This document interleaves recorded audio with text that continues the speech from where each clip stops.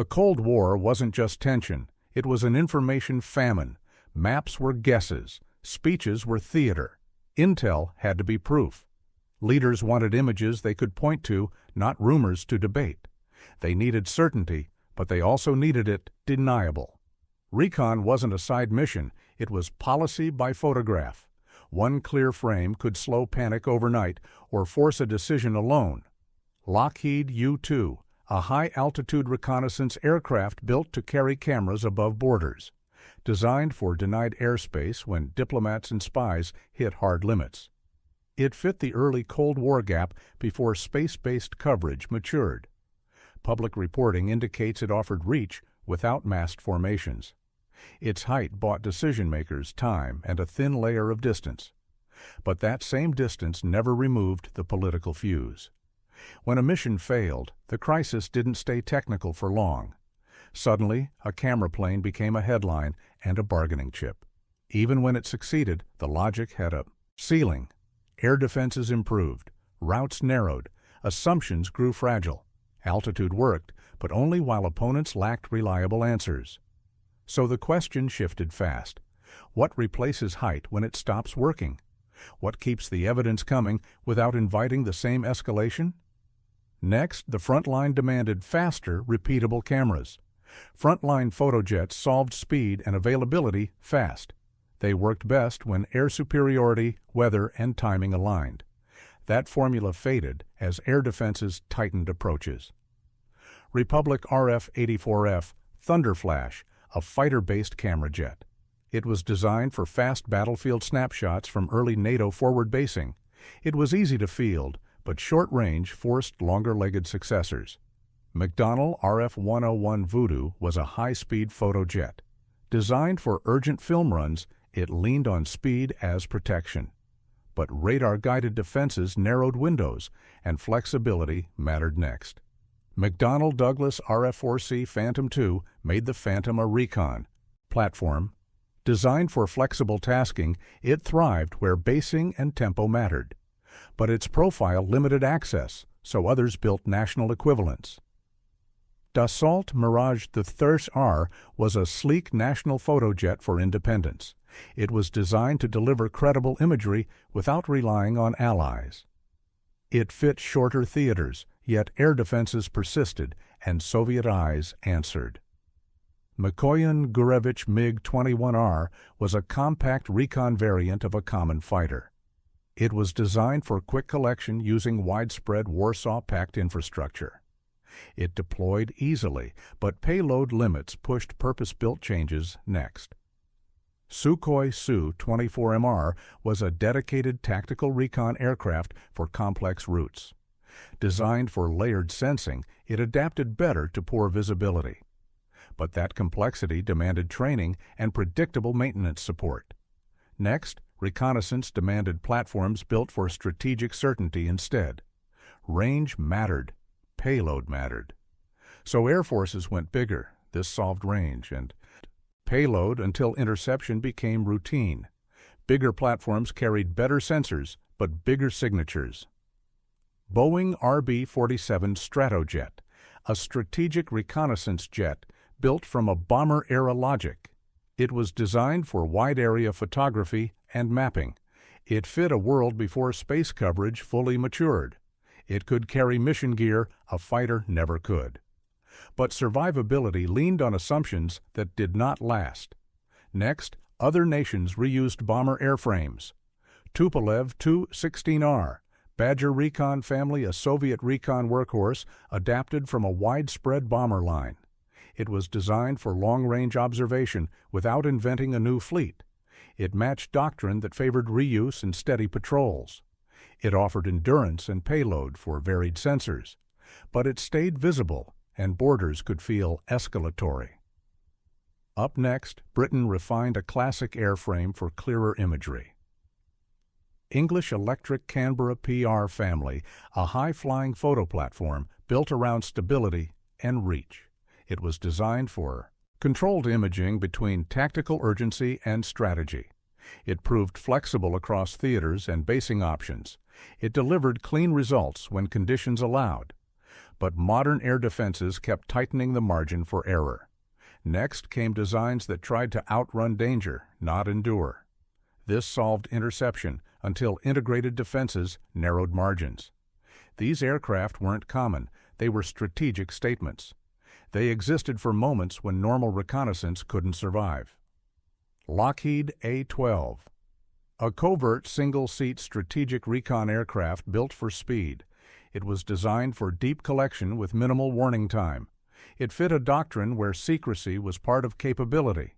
It could arrive quickly and leave a smaller public footprint, but secrecy limited scale, transparency, and wider adoption.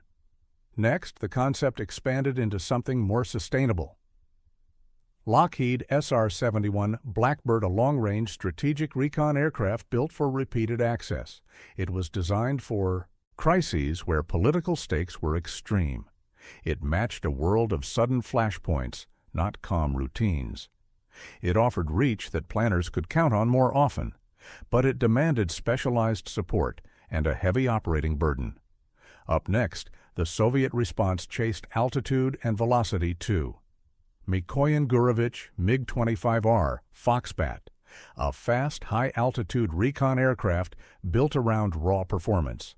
It was designed to collect strategic imagery in short windows. It fit Soviet doctrine of sharp, high-speed collection runs.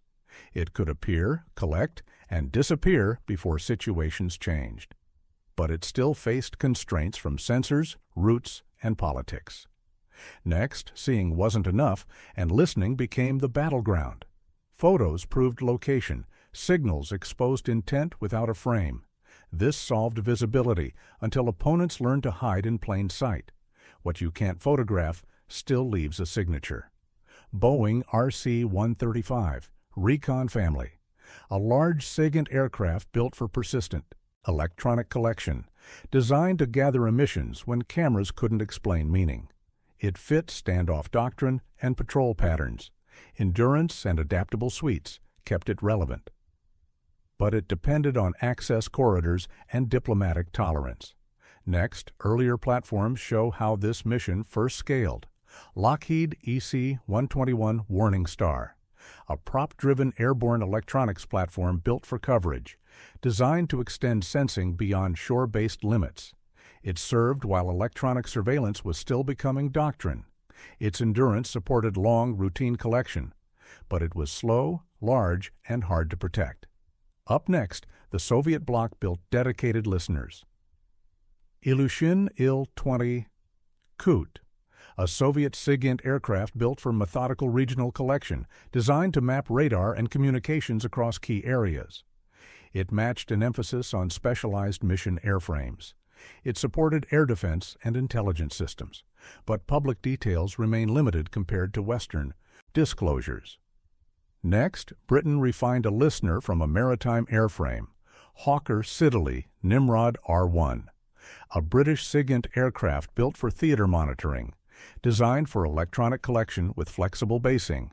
It fit NATO coordination and coalition intelligence needs. Tailored capability arrived without a massive fleet, but it stayed dependent on permissions and strategic alignment. Next, reconnaissance shifts seaward, where distance becomes the constraint. Continents mapped, borders watched, oceans changed everything. This solved continental coverage until oceans became the main arena. Maritime reconnaissance demanded endurance. Lockheed P-3 Orion, a maritime patrol aircraft that became a sensor carrier, designed for wide-area surveillance across water and coastlines. It fit the need to watch routes instead of borders. Endurance and mature support kept it relevant, but it wasn't built for contested airspace. Next, Britain pursued a parallel solution, Hawker Siddeley Nimrod MR family, a maritime patrol platform shaped by island geography, designed for broad ocean search and persistent monitoring. It matched NATO's North Atlantic problem set. It carried sensors for long sorties, but maintenance burden shaped viability. Up next, the Soviet answer focused on reach. Tupolev Tu-142 Bear Maritime family, a long-range maritime aircraft built to patrol sea spaces. Designed to support fleet awareness across distance. It fit priorities of ocean surveillance and deterrence. Range and time on task worked, but interception risks remained. Next, smaller navies needed efficiency. Breguet Atlantique, a European maritime patrol aircraft for regional surveillance, designed for constrained seas and coastal approaches. It suited nations without strategic fleets. It balanced equipment with manageable demands. But it traded reach for basing realism. Next, reconnaissance stepped away from pilots. Politics mattered as much as performance. This solved politics until reliability and control became limits. Unmanned reconnaissance promised access without captured pilots. Ryan Firebee, the AQM-34 family. An early reconnaissance drone built to accept political risk, designed for routes where manned aircraft were unacceptable. It reduced fallout compared to crewed intrusions. But recovery, data handling, and reliability stayed constrained. Next, designers pushed performance to extremes. Lockheed D-21, a high-performance unmanned recon vehicle built for deep penetration, designed when survivability demanded radical technical choices. It reflected late Cold War appetite for ambitious experiments. It aimed to collect intelligence without human exposure. But complexity and practicality limited sustained use. Up next, the Soviet bloc followed a different logic.